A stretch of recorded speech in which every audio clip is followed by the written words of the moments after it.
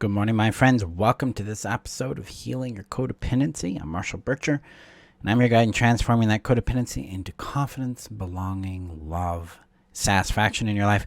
Today, we're going to be talking about a topic called internalized loneliness. And this is in relationship to our needs, our wants, our connection to ourselves, and to others. So, first of all, heads up. We're a week and a half from the launch of Nurture. Nurture starts March 17th, so that's a Sunday.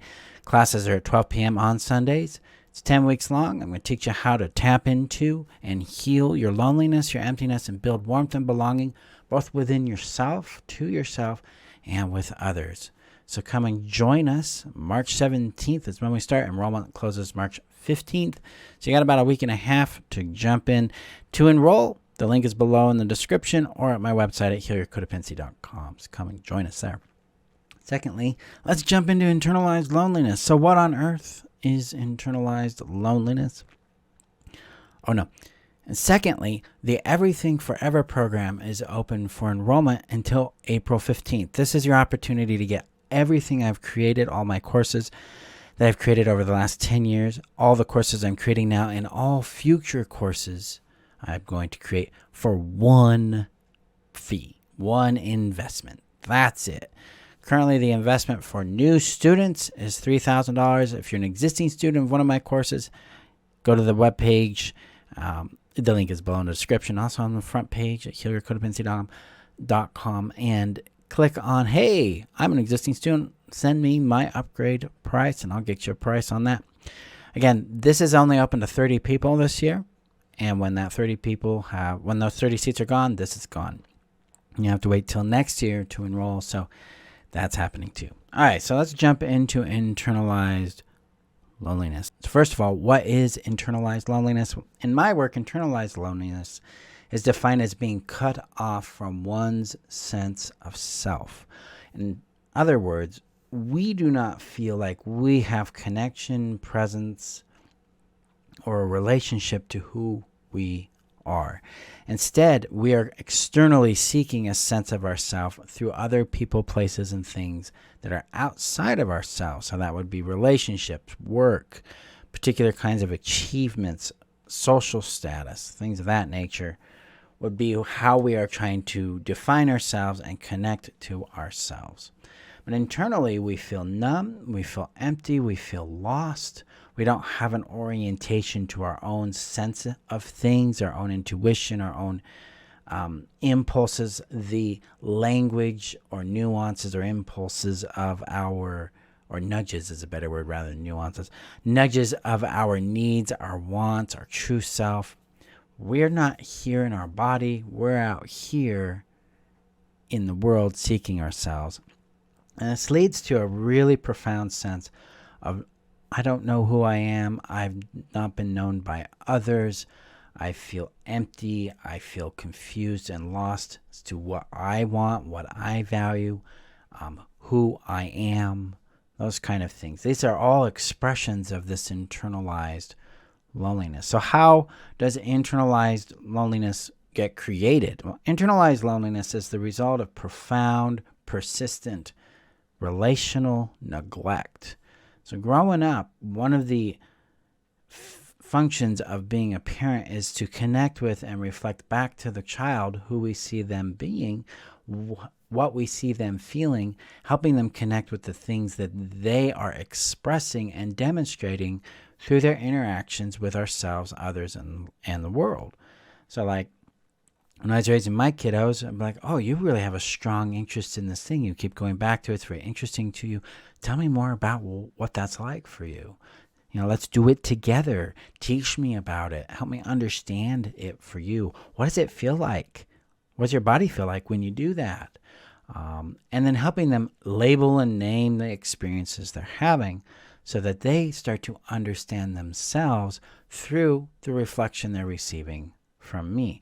This helps them go, oh, this is what this body is doing. Oh, this is what this means, this feeling or sensation. Oh, yeah, this is a me thing, and that's not a me thing. And this is them becoming connected to themselves through the reflection they're receiving from me or like their mom or other people, right? That's not something you got. If you're living with internalized loneliness, this did not happen persistently or regularly. It certainly didn't happen for me persistently or regularly, unless it was in a focused area. And this is where damage gets done, because sometimes, especially in unavailable family systems, emotionally unavailable family systems, or narcissistic systems, you are favored and valued for a particular function that you do well because it adds status or value to the other person or to the family image, things like that. But the rest of you is then attacked, discarded, dismissed, denied, ignored, not even allowed to take up space. This creates a massive schism in our own sense of self. We're like, oh, we're really valued in doing this, but the rest of us is awful, or we shouldn't know that, or it should be, this has to be changed or suppressed, or that kind of thing. This is also how we're harmed, and it internalizes loneliness. Like, oh, I'm not allowed to have these feelings, these wants, these perspectives. I'm not allowed to be different. I'm not allowed to have my own path, my own desires, my own views. So we suppress that or we rebel against the other person. But internally, especially if we're suppressing and we are conforming and pleasing to another person, we're fawning, we're not connected with ourselves. We are disconnecting from ourselves in order to regulate that other person so we can maintain some sense of safety, some sense of belonging, some sense of self-worth. Remember, it always comes down to these three necessities: self-worth, safety, belonging. Always those when we're dealing with codependency, because those are our first three primary core needs in order to become who we are. It's an internalized loneliness. Our safety is externalized in the pleasing and approval of the other person. Our sense of worth is completely embedded in their approval and disapproval. Our sense of belonging is forged through the function we provide that they like, which means we have to stop doing functions they don't like, and thus we become more and more disconnected from ourselves. Emotionally, this is where we start to feel like we don't know who we are, because who we are is not wanted or welcomed by the other people in our life. So we're wondering if that's not me, or if that's not allowed, then who do I need to be? Who should I be? Who do you want me to be? That kind of thing. And that is internalized loneliness expressing itself. Along with depression can be an aspect of this, high anxiety, but a lot of times it's really persistent sense of being empty, not fitting in, being on the outside. So how do we address internalized loneliness and bring it into connection with ourselves? In my work, the first step in connecting with ourselves is to acknowledge that we're disconnected from ourselves and what that feels like. So in the Nurture course, we talk about attunement. And the first step in attunement is becoming aware of where we're at, what we're feeling, what's going on for us. So we start doing that in like module 3 of the course. It's like, oh, here I am. I'm here. What am I aware of in my awareness or my body? And we start to pause, acknowledge, and observe those things, whatever is there, and let it take up space. And then we move into acknowledging and legitimizing what is present with us. This empowers us to become connected to ourselves, to know ourselves, because now we are recognizing ourselves, saying, hey, I see this thing, I see what I'm feeling here, I see what's going on here. And then we treat it with value, importance, and priority. Hey, I value you, you are important to me, you are a priority to me now. And that allows us to build some connection and rapport with our internal experience. This starts to thaw that sense of numbness or frozenness or emptiness or coldness that we carry with ourselves. That is our first step in healing internalized loneliness, because now we're building that warmth and connection with ourselves. And as we do this, we start a practice called reflection. Reflection is, hey, I see what you're feeling. Here's a word for it. Sounds like this matters to you. And we're doing this in a way that helps our body start to conceive of itself. Our reflection practices depend on a concept called aspects or self, also known as parts if you're into the internal family systems perspective of therapy. My work is not based on internal family systems, but they do share the commonality that we all have an internal tribe of selves that are carrying certain jobs, roles, and responsibilities, and then we can connect with them and care for them, and then that helps us heal. When we are reflecting back to our internal parts, our internal aspects of self, what they're feeling and thinking, they start to feel known, valued, and seen, and you start to feel known, valued, and seen. This is what we do in the Nurture course. Very gently, over 10 weeks, we build this warmth with ourselves, this comprehension of ourselves, this knowing of ourselves, and that helps heal this internalized loneliness.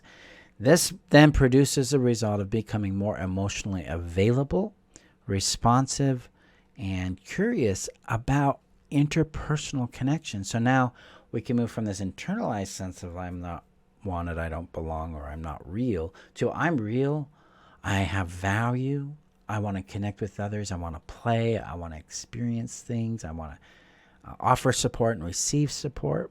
We move into interdependent or interpersonal connection at that point. And that's where we dive a little deeper into that in another episode, but that's where we go in Nurture after warming ourselves up back to ourselves. So internalized loneliness is not a permanent state. It's a state that can be gradually thawed into warmth and connection and vibrancy as we come to know ourselves, love ourselves, and then ultimately be who we truly be. So your first step in healing this and getting in contact with that internalized loneliness is to acknowledge where you feel numb, disconnected, unwanted, or outside the group. Where in your body or where in your awareness are you feeling that? If your journey is similar to mine, you might feel that in a number of areas, and it can feel very big. Go very slow, very gentle with it. Only pick one thing at a time. Work with that for a little while. And what's interesting is when one aspect of ourselves starts to warm up, others start to warm up too. So we don't have to do everything, because there's a nice domino effect that starts in our healing there. But start with acknowledging where you feel numb, where you feel disconnected, where you feel isolated from others, or where you feel empty and disconnected from yourself, or like you don't feel real. Acknowledge it. Hey, I don't really feel real right now. I don't feel like I'm connected or I belong. Where in my awareness or where in my body do I feel that sensation? And then if I can just point to it, if I'm working with just awareness, I point to it wherever I might sense it in my awareness. If I'm more connected to my body, I would point to where I feel it in my body. And then I would acknowledge it. Hey, I see you. Thank you for being here. You matter to me. And then we legitimize it. You're real, you're valid, it makes sense why you feel this way. And I am with you in this experience. It allows us to move into a connection state with ourselves there, build that warmth, and start healing that loneliness. My friends, if you want to go deeper on this, you want to master this, you want to build this skill set into real connection for yourself so that you can experience on the regular more warmth, belonging, peace in your life. Come join me for Nurture. Again, we start March 17th. All classes are on Sundays at 12 p.m. Mountain Time. The link is in the description below. It's also on my website at healyourcodependency.com, where you go for 10 weeks. And it's all focused on healing that loneliness, that emptiness we carry, and bringing in more warmth, connection, and belonging into your world. So come join us there. And then start with that practice of acknowledging where you feel numb, disconnected, or outside the group. It's good work, my friends. Go gently with this practice. Go kindly with the things that are showing up in your world, because this is hard work. It's big work. And I will see you guys in our next episode. Bye-bye. So thank you for watching this episode. And you want more episodes like this, check out the recommended video above. Make sure you hit that subscribe button. And if you're ready to take the leap and heal your codependency, check out my workshop linked below on how to heal codependency permanently. Then you can understand how I help you restore safety, connection, and worth in your life, and how that liberates you from your codependency and empowers you in creating the relationships, the satisfaction, fulfillment you want in your life. So check that out below. Thank you again for showing up, guys. Bye-bye.